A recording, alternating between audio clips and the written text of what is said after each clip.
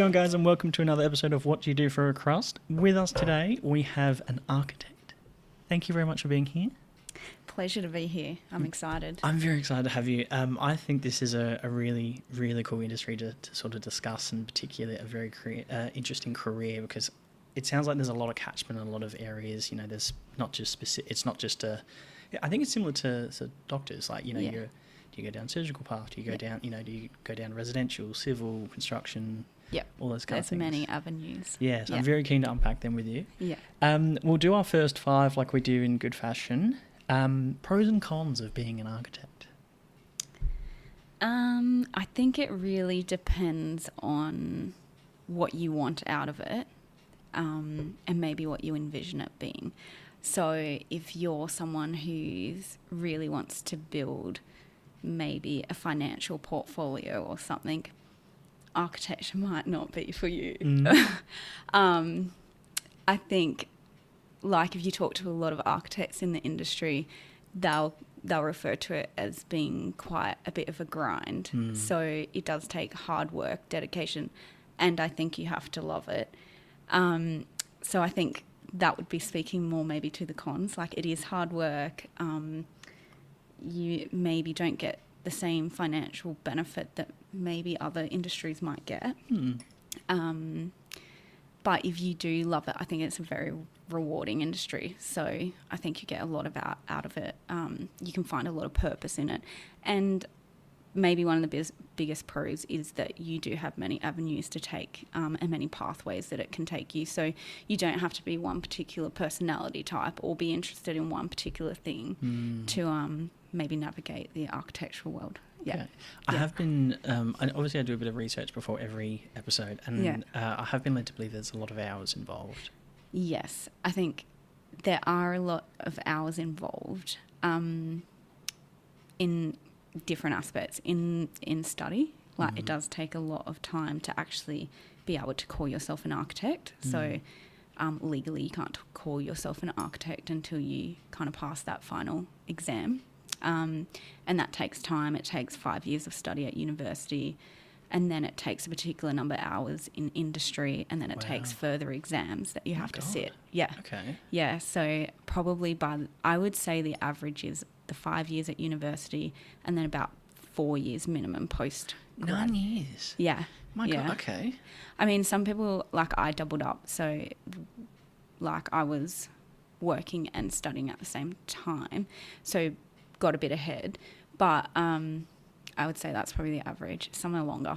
Yeah. I mean, that's obviously, I can imagine then you've got a lot on your plate, given you're, you know, needing to study and work as well. You know, 9 years is a long time. Yeah. Life costs money. Yeah. It is what it is. Yeah. Wow, okay. Yeah, and I think once you get over that hurdle, once you hit that point and you're a registered architect, that's when you start to move, I guess, through the rankings or through your career progression a lot quicker. But getting to that point does take a little bit of time. Yeah. Let's stick with career progression then. Yeah. Growth opportunities. So we've done our technical, we've done our 5 years. Yeah. What's your technical status then? Are you an intern? Are you a recent graduate? Yeah, so you would be called a graduate of architecture, straight out of uni. There are people who get jobs while they're at uni, who are students of architecture, and they'll kind of just maybe work a bit in practice while they're doing their study. Yeah. Yeah, and then you're a graduate of architecture until you get that registration. Some people never do it, and that's totally fine, but they can't call themselves an architect if they don't do it, and they can't practice as an architect if they don't sit those exams. But there's other avenues that they can take. Some people go into project management. So it's not just a set, like, you know, you have to follow the pathway of sitting those exams. Just depends if you want that. Yeah, that Very role. Fair. Yeah. I feel even more appreciative of your time now, knowing that you've got 9 years behind you. I mean, that's longer than a medical degree. Yeah, it's. I mean, the minimum you could probably do it in is 2 years, because it's just the amount of hours that you have to log in your logbook, and just the way that worded that you have to have a minimum time before, like you can't do more than say like 1,000 hours before you finish your degree. So you need quite a lot of practical experience as well. And so that practical experience mostly has to come after you graduate from university. Yeah. So they're quite, there's quite prescribed things that you have to follow in order to do the exam. So yeah, I would say the minimum is 2 years postgrad. So the minimum is 7 years. Yeah. Wow. Yeah. Okay. Wow. Yeah. My God, okay. And then you've done your 7 years, you then can technically call yourself an architect.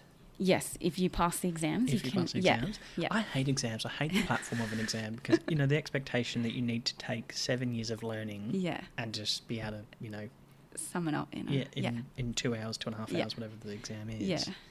It's actually there's 3 steps in the process. So, and it's a funny one because, well, the universities that I went to, we didn't do exams. So, by the time I'm sitting this exam, I'm probably 16, 17 years out of high school.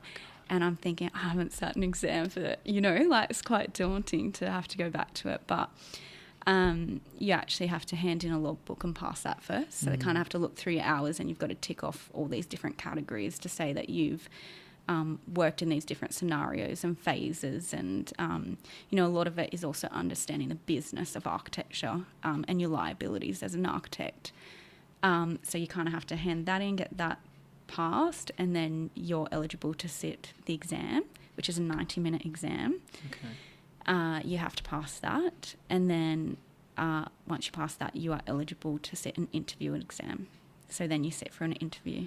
Yeah. Oh my gosh, it's not just a standard basic 2 hour of multiple choice, it's even more complex. Yeah. What happens if you're working with a firm or, in a job where you're not covering the full criteria that's in the logbook? Or is that not normally what happens and you're normally pretty well covered? No, that can happen. It is hard to cover just because the way architecture works is we have different contract types. So depending on the type of work and the type of client that we are working with. So my background was working a lot more with developers. So we'd work with a contract type called a design and construct. So in that, we are less of the superintendent. So we have less control over the project from the start all the way to the end, basically. So when you're trying to log those hours at the end phase in that kind of contract type, it's difficult to get those hours. So it does happen, but there are ways that you can still get those hours. It just looks a little bit different. I've known people who've had to change practices to be able to cover the full content of the logbook. Yeah. Wow. Okay. Yeah. But generally, all architectural practices should be covering all the phases and all the different topics that you need to cover. Gee, yeah. Okay. Yeah. I think this is probably going to be quite a complex question then. Salary range, given, we have, if we break it down to maybe a qualified finalised architect after the 7-year period. Yeah. It definitely depends on, again, the practice that you work in and the scale of practice because, you can have one-man bands all the way up to 200 people, maybe more. But in Australia, more so speaking, I would say once you complete that registration, I have heard across the industry there's people mid-70s as a qualified architect all the way up to probably about 100. Okay. I mean, a good range, but I do think for the sheer number of, the hoops that you have to go through in order to become an architect, I think that would surprise quite a lot of people. Yes, it's a very present topic in the industry. It comes up quite often that we're undervalued for what we do, for our profession. And, I don't think people understand the day-to-day of what we go through and what we do. It's quite in-depth. And we also have to somewhat be generalist. So we have to understand a lot in order to perform our role. And so I do think there is an ongoing conversation about the value of the architect that, there's people out there in the industry who are really good at advocating for what we do. And that's what I do love about architecture. It's everyone's got a niche and there's different things that where each of us is good at. And, those people are gung-ho at being like, we have to improve this. And I know it's there was a discussion, don't quote me on all of this, but there was a discussion in America where they were taking architects off the profession list, right? But they were somewhat excited about that because it meant they could create a union and they could start to advocate for what architects could offer and then almost take a step back in order to take many steps forward and improve improve the knowledge of what people know about what architects can offer. Yeah. I mean, very fair. I'm led to believe that, there's quite a lot involved in architecture as well. It's not just simply, a provider or a company coming to you and say, hey, design me a building or design me this. You need to know, I believe, regulations, laws, policy. There's probably governance involved in there. There's, stakeholder management. There's timelines. There's budgets. There's, it's a buffet of catchments that you have to be involved in. Yeah, there is. And every day looks very different. So it's exactly that. One day you might be, tendering for a project and writing fees and, breaking down that kind of aspect of it. How many hours is this project going to take? What kind of capabilities do we need? So what staff members do we need to bring together for this project? Because obviously there's also, not always, but I do feel like people start to specialise in, the different typologies or the different areas of architecture, where it'll be sport and rec or public architecture, housing. So there's different sectors that we work across, and it's hard to be across them all. Like, there's so much information. So it's like, okay, well, who's got the expertise in housing that we can pull them on to this project? So you're tendering on a project, you're pulling all that together. And then you deal with clients, you deal with consultants, consultant coordination, you're on site, you're with builders. So a lot of different moving parts and a lot of different day-to-day and what that looks like. Very fair. I would love to get your gauge on particularly what a typical day looks like, given that there probably isn't a typical day. And I also want to get your gauge on, having been in the construction industry as a trade, I would meet some absolute arsehole builders and engineers, and then they would just, without me being offensive, they would just then blame the architect. Oh, the architect drew the design, it's their fault. And you go, well, you're the one who's got the plans. You're the one who, particularly builders are on obscene amount of money sometimes, and then they'll just, absolutely handball the responsibility. And you're like, well, okay. So I'd be curious to get your gauge on that as well, because I'm sure there's that sort of communication or stakeholder management must be really frustrating sometimes. Yeah, it definitely can be. It's funny, I went to my local coffee shop to get a coffee before work one day, and there's a very big project across the road at the moment, so a lot of the builders are in there.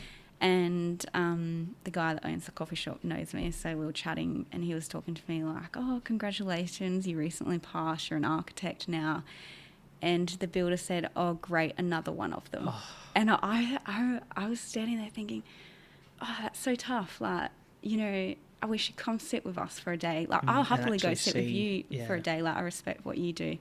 And I feel like if you could come and sit and see what we do, you would respect us in the similar light. But yeah, it can be tough. Sorry, now I forgot your question. No, it's all good. I mean, I think we've covered the first 5 questions anyway, because we've talked about uni and pathway, we've talked about salary range, we've talked about pros and cons, key attributes, and then I think growth opportunities as well. So I think we've covered our sort of normal intro context in good depth. So I'm very happy. I think I agree. I think the day of an architect, or the day in the life of an architect. I would presume, and please correct me if I'm wrong. We're talking technology, we're talking different softwares, we're talking planning. I'm sure there's regulations. I remember, obviously my trade was a plumber, and I remember I had a book very, very thick with plumbing regulations on multi-story housing, and I had to know certain specifications, but a lot of it I would be told by the engineer designs or the architectural designs. So that would inform me of what I needed to do. So I always was getting like a cheat sheet before starting. So I always had quite a lot of appreciation for architects and builders and engineers, because they've done all the hard calculations that my brain damaged, stunted avenue didn't need to know. What does a typical day look like? And I know, obviously, there's no typical day. Maybe a typical week, depending on if that's easier to answer. Yeah, I think it's so diverse. It depends as well what phase you're working in and how many projects you're working across. I feel like in bigger practices, you're probably more likely to be on a singular project or one or two. Whereas in a smaller practice, you'll be working across multiple projects.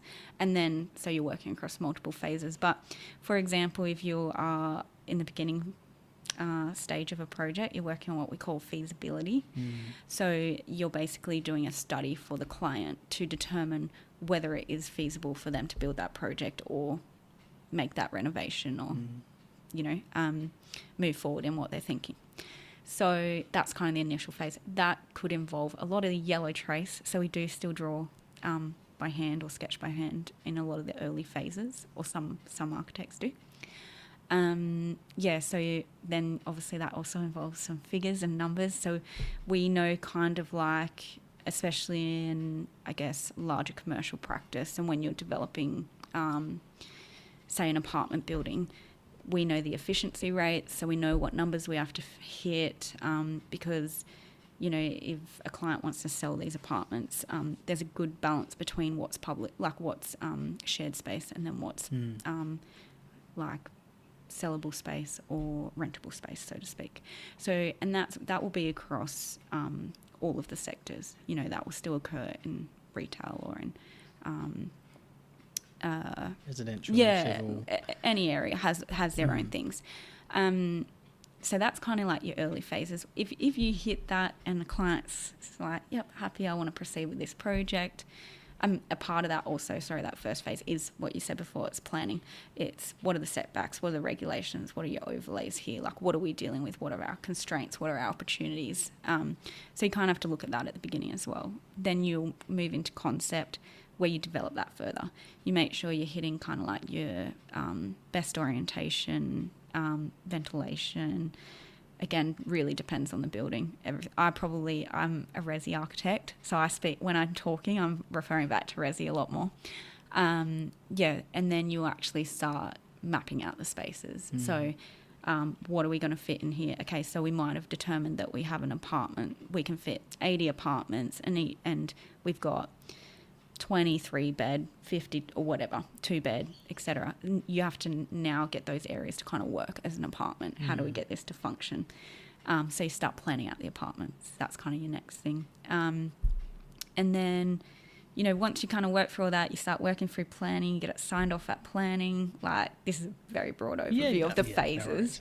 And then you would move into tender, which is where you go out and you're looking for a builder to come on board. Sometimes builders come on board earlier, what we call ECI, early contractor involvement, but generally that's kind of the point. Once the planning's approved, you can build it, the planner's approved it, you'll start dealing with the builder and getting it built. So you move into construction and the final phases. But so really it depends what phase you're in about what your week looks like. And then which sector as well, whether it's residential, civil, heavy. Yeah. I think a lot of us would envision that it's you sitting in a room with, a canvas desk or models, where you're physically, designing a building. But it sounds like I can understand in the 18 minutes that we've been chatting, I can actually really resonate that you do need that 7 years of experience, because not just the regulations, but, I didn't even think about ventilation or efficiency ratings and all those kind of things. And that's 3 topics that I'm like, my God, okay. In an 80, unit building. Yeah.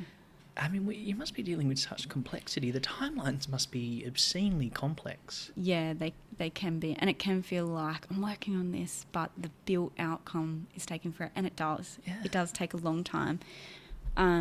Because it's so much more in depth than that as well. There's, even when you get to the part where it's like, oh, this is, depending on the person, for me, this is a fun bit. I'm designing a layout now. It's like there's even constraints and criteria that you have to meet for planning space. And you slowly over the years become an expert in spatial planning. I mean, I'm just thinking, like, my mind is just racing now, just in regards to access requirements, disability requirements, correct. Staircase dimensions, emergency exits, fire systems. Like, I'm just sitting there going, everything. Where does it stop? Yeah. Are you a natural problem solver? Because I'm really getting the gauge of... I love problem solving. Yeah. Yeah. Because, I mean, it is ultimately one giant problem that has then 50 million Yes. problems inside of it. Yeah. Go, okay, you know, the brief is that they want 80 units. Yeah. Okay, we know we're going to have this ventilation system. We're going to have this. We're going to have legally this amount of communal space. And, Yep. you know, it's 80 units, so we have to have four lifts. I'm absolutely spitballing here, but... And you just need time to accumulate all that knowledge. What's, like, how do you... I remember when I was a plumber as an example, and I know this is an absolutely crass example, so apologies, but I had like a big booklet of, you know, not statistics, policies and such that I had to adhere to. Yeah. Do you have like just an absolute massive bookshelf full of, you know, like one section is ventilation, one section is, you know, regulations, one is efficiency ratings, one is energy consumption? Like, how do you remember all this? Yeah, I think the key to being an architect is not about remembering, it's about knowing where to find the information, because it will be impossible to remember everything. And even like, I can call myself an architect, but then someone might come to me and say, right, we want to do a health centre. I am not an expertise in that, like it's like I don't have that expertise, so I'm not an expert. But I do know where I would have to go to find the information that, or the information in the knowledge I don't have. I know it's like that. There's books for everything. There's, we always are going back to the NCC, which is our main Bible, I guess. Sorry, what's the NCC? The National Construction Code. So I feel like maybe the plumbing one Probably. that you're talking about might there is a plumbing one under it. I just think I had, like a 3-ring binder with just, PVC stack limitations, which was, for multi-story. That was one binder, let alone for gas, sewage, stormwater, all those kind of things. Yeah. That's just plumbing. You then need to consider all services, I can understand the 7-year avenue and why it's so much practical learning, because you need to know a lot, or you need to be able to obtain that information. Yeah. It's bloody fascinating. Yeah. Yeah, I think you have to enjoy the diversity and the problem solving, definitely. Yeah. I feel like we're constantly solving problems. I think that's maybe what's misunderstood about architects is how complex some of the things are, and maybe the backstory of why we've had to get to the place where a building ends up. Well, I mean, I can only imagine the regulations and codes that you've then got to adhere to. Yeah. And someone might go, oh, that's really silly designed, or that's not practical at all, but that's the only option, or that's the only option you could have within the constraints of what the project requires. Yeah. And even beyond that, you obviously then have to consider materials. Yeah. What's this building actually look like? Not only how's it perform, how's it look. So there's an element of proportions, ratios, things like that you add to an aesthetic side of things. It needs to be aesthetically pleasing, yeah. But, you might have in mind, I want these materials. This is going to be best for project, best for maintenance, best for sustainability. And you're trying to cover all these things, but the client doesn't have that budget or something, so there's different constraints depending how you look at it and where the project's going. I think there's 3 things they say: cost. We love this. I think it's the trifecta of efficiency they call it, or it's got many names, but cost, quality, and time. Exactly. If you want it done quickly, it's going to cost more, and the quality's going to go down. You want it cheap, it's going to be low quality and quick time, or long time. You want it quality, it's going to cost more and take a long time, or something like that. Yeah. There's always one that's driving. Yeah. I can imagine, you get given a budget or a timeline, and that must be very hard to assess, or, even to put in a proposal and such. Can I ask you, where do you sit on sort of functionality compared to aesthetics? Because, I won't lie, I'm one of those people where I don't care what it looks like, as long as, I'll pick the ugliest couch as long as it's comfortable. Yeah. Same with my bed, which I think are really important. But then there are some things that want to be aesthetically pleasing. And I think a building is very, very much one of those things.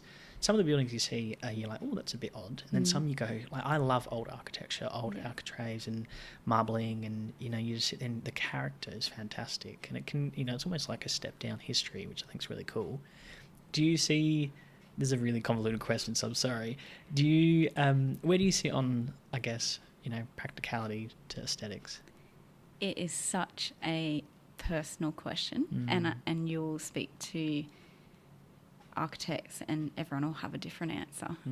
And you see it in practice too. But for me, I definitely sit on the side of it has to function as a building. That's its purpose. Yeah. I don't see architecture I don't see it as to be viewed as art. Yeah. If it's not performing the role it was meant to do, then to me it's failed its purpose. But I think we all choose and navigate our careers in different ways because of what's driving us. And for me, the driver is to build places that purely have the purpose at the core. Yeah. Very fair. And a care factor. So I kind of see architecture also needs architects that are stewards.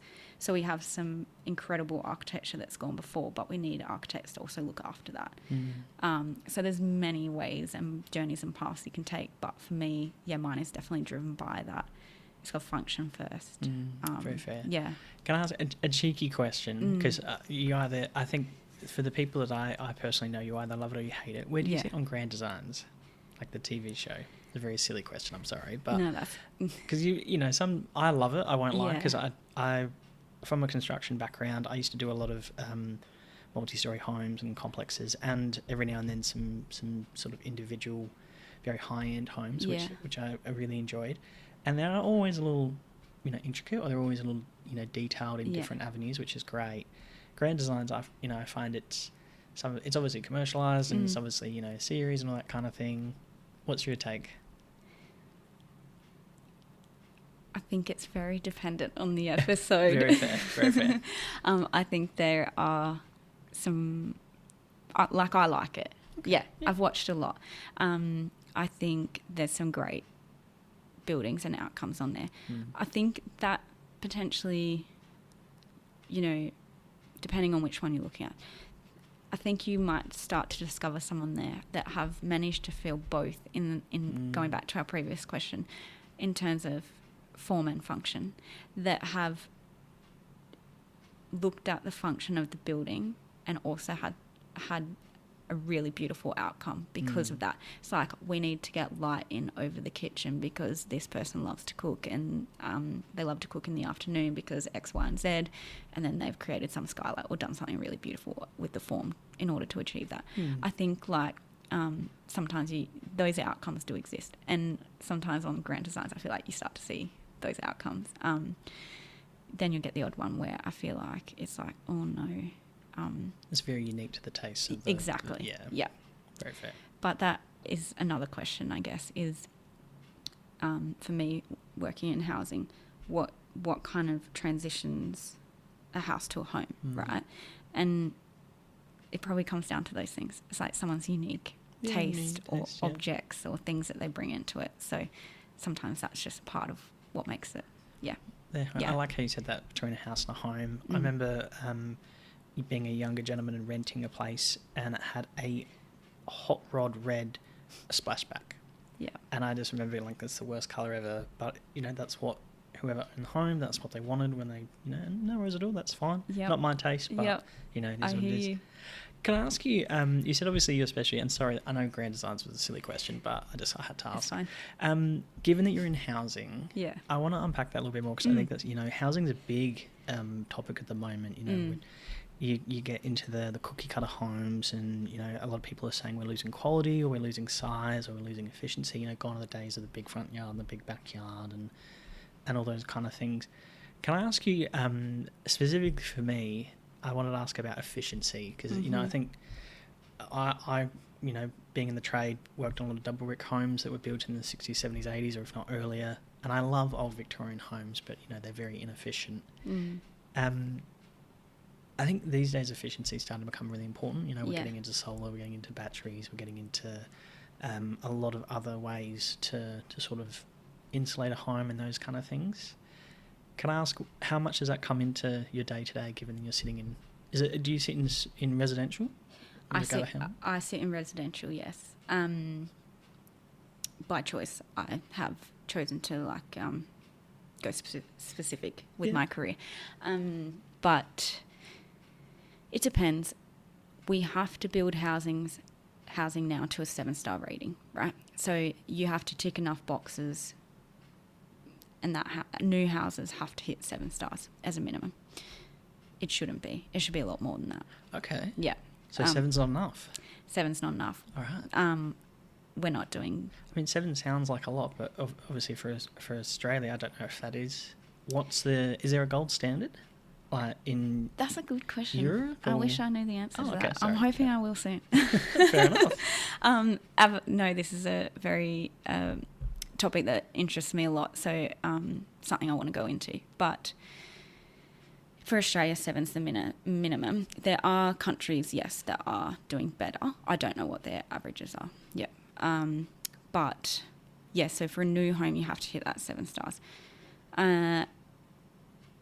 My understanding, don't quote me on this. This is just my general learning, is that existing homes prior to about early 2000s when the ratings came in, existing homes sit at an average of 2.2. Wow. Okay. Yeah. So very low. Yeah. So it obviously is they are inefficient. It's costing people money, a lot of money, just to pay everyday bills. But it also affects other things like, if a part of your home is that it's really cold in winter, and that's because you're not actually getting enough light, or the air quality is poor because you're not getting enough ventilation through the home, that actually is contributing to health as well. And other factors, so you've got these overlapping issues of health, cost and climate. And fundamentally for me, I think that, everyone has the right to a home. Everyone has the right to a functioning good home with good amenity. And so, yeah, existing homes definitely fall short. They're inefficient for sure. And it's actually, so for me personally, I want to pursue a career, or I want to navigate my career more towards research and in that field. So currently looking at PhD options to kind of delve into that further, which would be awesome, because I just think we do need to start upgrading homes to perform better. I mean, I couldn't agree more, and I think it's a very interesting area, and good on you for the doctorate. It's very impressive. But same thing for double glazed windows. I don't understand why that's not a standard. I know glass is expensive. I understand that, but I would assume that the efficiency that comes with double glazing would be I know they do it in Europe as an example. We've had quite a lot of hot weather lately in Australia, particularly we're based in South Australia at the moment, and we've had 40-degree days, and I would assume that double glazed windows would just take the little edge off and all those kind of things. Can we talk about any of the advancements that are sort of coming through? Is there any new things that are coming through, like insulation or? Nothing to my knowledge that doesn't already exist. Yeah. Obviously now we can do a lot more testing. Yeah. So we've got ESD consultants now, which is environmental sustainable design, I think is the proper term for it. Well, ultimately we need more individuals like you then who have an interest in this and help us get to the next 20 years where we get to the next stage of 9 is the expectation, a minimum, not 7 or more. Yeah, and I think it's hard because I think on this kind of side of it we know as architects or people working in the industry know, but people building or homeowners don't always know it, if that makes sense. So again, it's just like a part of the role of being an architect is informing people. This is what you have to do. This is the minimum requirement. Yeah, but also the long-term benefit. And I think sometimes architecture now especially is falls short on longevity. So it's just like quick. Like, you know, in South Australia at the moment, we are short on housing. There's a lot of pressure, yeah. We need some housing, Yeah. you know. And I know across Australia generally, like each state's kind of gone through these phases where they need housing, they need it quick, and a bunch of housing goes up. But, you know, in 20 years' time, it's probably had its day. I couldn't agree more. I remember being a plumber and doing a bathroom renovation, and the plumbing, like the actual copper work that was in the wall was insulated with asbestos. Yeah. You know, and you sit and you go, wow, that was the technology, you know, probably 30, 40, 50 years ago now. But, you know, obviously we've developed past that, thank God. But, you know, just one sheer example of, okay, we're very far behind the times and now we've improved. I think it is fascinating because, you know, there's always new things that are coming up. Can I ask, what's some things that maybe homeowners or future homeowners wouldn't be aware of to get that 7-star? Is it just as simple as thicker walls, better insulation, or are there specifics that need to be considered? There are. It's a checklist, right? So it's like, I got a point over here because I did this. I lost a point here because I'm doing this. It's you kind of mix and match the numbers until you get the happy 7. Okay. But I think the key is things like orientation. Okay. Yeah. So what way is your building orientated? How are you maximising on northern light? So you've got to look at light shading. We have what is called heat islands. It's a very common term. Heat islands. Heat islands. So you are in, obviously, there's a lot of different states across Australia, so it's very diverse how this changes across Australia. But in South Australia, for example, there are you can only use light-coloured roofs, or the light-coloured roofs will get you a better rating. Okay. Does that make sense? Yeah. So it's like if you pick within these 6 colours, it'll be a certain darker colours attract high or contain high heat. Yeah. So heat islands is when you start to map areas, and yes, they're absorbing a lot of heat, and generally it comes down to obviously the dark roofs or whatever. And a lot in a zone can obviously create a really big cluster of the heat. So there's things like that. It's like, the colour on your roof could change it. And again, I just want to say I'm no expert in this, but I hope to be. This is a part of where I'm navigating to next, is to learn all about this and actually have the information to pass on. You know, I think, obviously solar, because things like solar, you know, I have solar in my house and don't pay bills because it covers, you know what I mean? So like solar can make a big difference. Rainwater.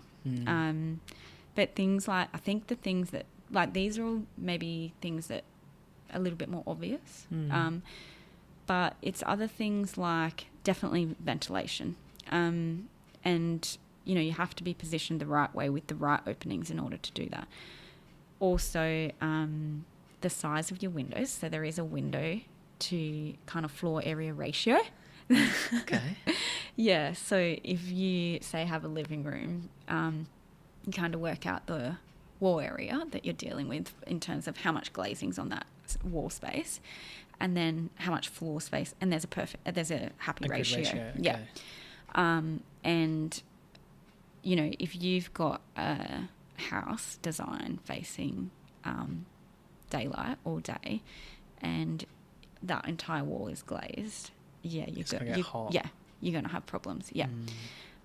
So it's working through each of the different components to kind of find that happy medium. But then again, materiality is a big thing. So, you know, yes, insulation and things like that, but I don't know. I'll ask me again in 4 years and I'll tell you if I have the same opinion. I'm so keen to see you in 4 years and find out, because it sounds like it's a really important area, because you know, you think about, it's not just a house, it's a home. It needs to be comfortable, but I mean, the fact that we're not putting a bit more effort into making it more efficient just sounds really silly. You know, the average mortgage is 30 years. People, you know, I think the average now is that someone has 3 homes or 3.25 homes in their life.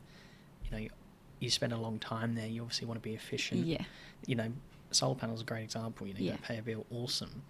but if you have, you know, gas, then you're paying gas. Or Yeah. if we're in the hills at the moment, a lot of Yeah. people have LPG, you know, that's a pain in the bum. You have Yeah. to hook it up, hook it off. And if you're not paying attention, you don't have gas, you then don't have hot water, and you have a cold shower for a couple of days until it gets delivered. Or we were going through quite a lot of a drought last year where a lot of farmers ran out of water because they didn't have enough water storage. So I think it was December 2024 where a lot of the local then tank suppliers ran out because a lot of farmers were like, okay, I need more tanks. Yeah. And, you know, something very similar. So it's you know, then we get into bore water and all that kind of stuff. But yeah, it sounds very, very interesting, to say the least. Yeah. It's a whole nother, what we were saying before about all the different bodies of knowledge that you kind of have to be across. It's a whole nother part of architecture that you can kind of go into. But yeah, you know, I love brick, but brick's full of embodied carbon. So it's there's so much behind it. You know, whereas you could build a lightweight wall with insulation, but you know, it's like I think there's a process of looking at longevity as well, maintenance. I know a lot of new homes. They're built with mortar sometimes, or, you know, mortar casing, and it looks really lovely, but then it starts to crack after a couple of years. Yeah. Longevity. Yeah, exactly. Yeah. So there's a lot to consider. Yeah. And I'm definitely no expert yet. You know, you Yeah. can go through your 7. Yeah. Yeah. You can. I think that's the key as well with architecture and pursuing that as a career is you can go through the 7, 9, whatever, however long it might take to get that registration, get that title. And for me, and even talking to a lot of peers, you never stop learning. Yeah. And I think that should just be a motto for life generally. Yeah. You know, the world's changing always. But there is always something to learn, and there is always different avenues you can take. So you know, I might pursue a housing path for a while and then decide, no, I want to go into health now. And that's a whole nother learning behind that. And the requirements they need, you know, because they obviously have health and safety protocols and how to keep spaces clean, and so that's a whole different avenue. Yeah. In my interpretation, you know, just in the discussion we've had, it sounds like it's a calling. It really does. Just given the complexities, you know, I don't think, not that I'm saying that any career is a standard career, but, you know, just the sheer detail, I guess, or the complexities of the career that is an architect, you know, and obviously there's a wide variety of catchment. Yeah. But it just sounds like, you know, I'm baffled to a certain point, almost speechless as to the coverage, I guess, that's involved in this. I just never really gave it the credit that I think it deserved. And I would go as far as to say it is a calling because, you know, we've talked about before that, you know, it is a lot of hours, it is a lot of commitment. You need to be able to problem solve. You need to, you know, all those kind of things. Yeah. It's cool, though. Yeah. I would say, like, for you, there are a lot of people in the industry who will feel like, yep, I was meant to be an architect, like, and really wanted to be an architect. I would say there's less who are like, I just picked it randomly. If that makes sense. That was something that intrigued them about architecture. That sounds very fair. Yeah. I think it's, if you're doing this, you know you're doing this. Yeah. Okay. There are people who will come through the whole process and will leave and go into something like project management, but they've still got a skill set that is still transferable skills, exactly. and very practical. Yeah. And then I would also just add that there's, you know, we work with so many people in-house as well. So we have people who go into BIM, which is Building Information Management, basically. So, you know, they're dealing with all the programs we use, so Revit, and they're experts in that field. We have technicians, so they're experts in kind of like the back-end documentation, detailing. And we have interior designers. So I actually started as an interior designer and then went back and did architecture. Cool. And I think they're so embedded within each other. So I don't think, it's like even if you've got a curiosity about the industry or about being an architect, there might be one particular thing. You might actually be a bit more interested in the interior spaces and pursuing interior design instead. Silly question. One of the pet hates that my wife has is that when we go for a drive somewhere, I will absolutely point out the houses that I've worked on or helped build. Yeah. Please tell me you do the same. And you're like, yeah, design that building. That's my house. That's my residential village. Like, sure, please tell me you do that. Yes, I do that. I mean, why the hell not? Yeah. I'd be like, yeah, design that. Yeah. Driving along.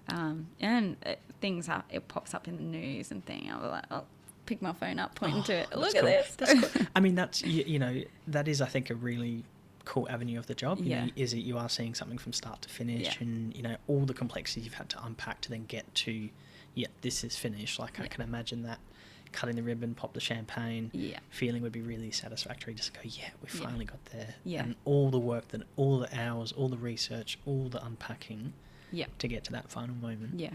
Nice. It is rewarding when you see the built outcome. Yeah, for sure.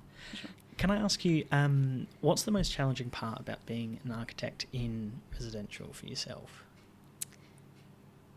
I think it will be a different answer for who you ask, but for me personally, there has been, I hope that this changes by the time some of the young people come through, but there is still a difficult element in architecture as a woman. Really? Yeah, for sure. Yeah. It's it is changing, but it still definitely exists. I mean, one, that's bullshit. We can swear on this podcast, and that's fucking crap. Pardon my language. I generally don't agree with that, and I think of this position as being quite analytical and quite problem solving, which we know that women are very good at, especially better than men. That bigger picture stuff. I think that's such a misconception. I'm really sorry to hear that. It's can I ask, is it an industry that maybe just hasn't progressed? Yeah. Like, do we have a few oldies that need to go and we need some changes to occur? And yeah, it's definitely on its way. And I teach as well, so I tutor architecture, at the university. And so the cohorts I kind of see are actually a little bit more weighted towards women. Good. So there's more women students. But in industry, sometimes it depends on the practice. But in industry, like, it's not uncommon to be the only woman in the room. Wow. Yeah, so it's not a foreign thing to sit in a room. It's getting better, and it's changing. But, in my years of being in practice, there's been a number of times where I'm the only woman in the room. And, we talk about it, and there are groups that we have that are obviously advocating for the women in the industry and kind of progressing. There is still a pay gap. So things like this exist, but they are changing. And it is a challenge. You kind of sit there, you're like, I bring so much, I have so much value. I know male counterparts getting more money than I am. I mean, it's hard to not be frustrated by that, I've got to admit. So it is a thing. That grinds my gears. Yeah. And you will sit in rooms and, how do I word this? Maybe not be appreciated as much. Yeah, you're not the person that is the preferred, I'm going to ask you for the advice, even though you're the best person to answer the question. Yeah, so that definitely exists. This is where I get really shitty. I wouldn't say I'm a standout feminist, but I do absolutely believe in equal rights, equal pay, and that kind of thing. For a long time, I've worked in a majority female industry, particularly in health, and it has been incredibly welcoming, and I feel respected, I feel valued, and I think, why don't men do that? Like, we're so shit at that, so I'm really sorry to hear that, but I'm glad that it's getting, and I'm really glad you're teaching, because I think that's really cool, because then, you're influencing future generations to how it should be. Yeah, and it will change as more women come through, but the other thing is, the advice I would give is there are men out there who support women in this industry. So you just have to surround yourself with the right people in order to thrive. And I think if you surround yourself with people like that, then they assist in making those things go away, so to speak. Yeah. Fair enough. Yeah. That's a wonderful point to make. I mean, very sad that sometimes that's the situation, which is really disappointing. Can I ask, given that you are a teacher as well as, obviously an architect, what advice would you give for someone, male or female, going, I'm in year 12, I do want to consider architecture as a future career. What advice would you give them? I think it would be, just because it is a long journey, I think it's worthwhile having a decent idea of whether that's the journey you want to take. And I think there are a couple ways you can do that. One thing I will add before I forget, though, is a lot of people think there's a lot of engineering in architecture. So I want to say to people in year 12, considering there is not a lot of engineering. We work with engineers. So, and you learn to understand, you know, what they give you or whatever. But our role is less about that. It's more, you know, you've got to want to design, you know, and be across all these different aspects of it. Is I think if it's a possible thing is to do personality tests. Because I think if you can understand what drives you, and also have a really good understanding of, like, I'm fascinated. If you just know you're fascinated by buildings or you know, architecture, I think you'll know it's in you. Yeah. If you're on the edge, I would say if there's a way to do some personality testing or talk to career advisors, or we have people come in and do work experience.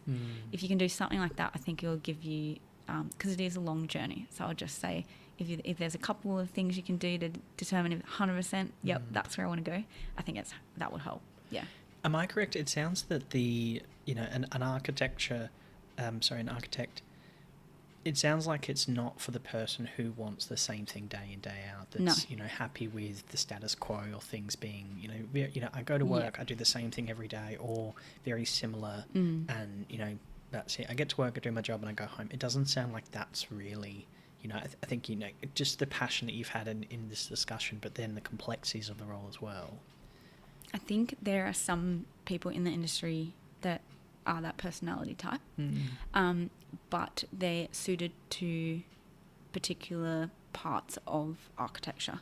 So there are parts of architecture where maybe you don't have to be across all phases and you just enjoy being in, maybe it's planning or documentation, and you come in and you can document all day and you're happy doing that, and you're happy, like, you know, doing that kind of role, and you can specialise in that.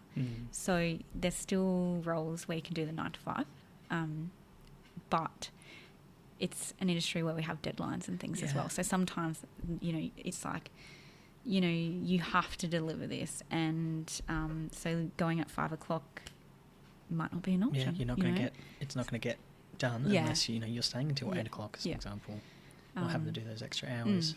So I think your heart's got to be in it as well. Yeah. Fair, very fair. Yeah. We are at time. Cool. It's gone very quickly.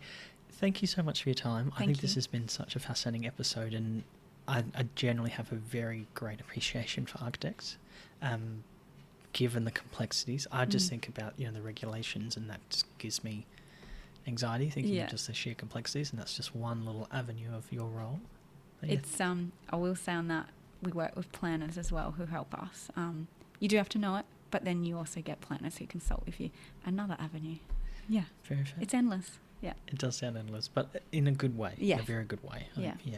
All right. Yeah, cool. Thank you so much. Thank you. Thanks for having me.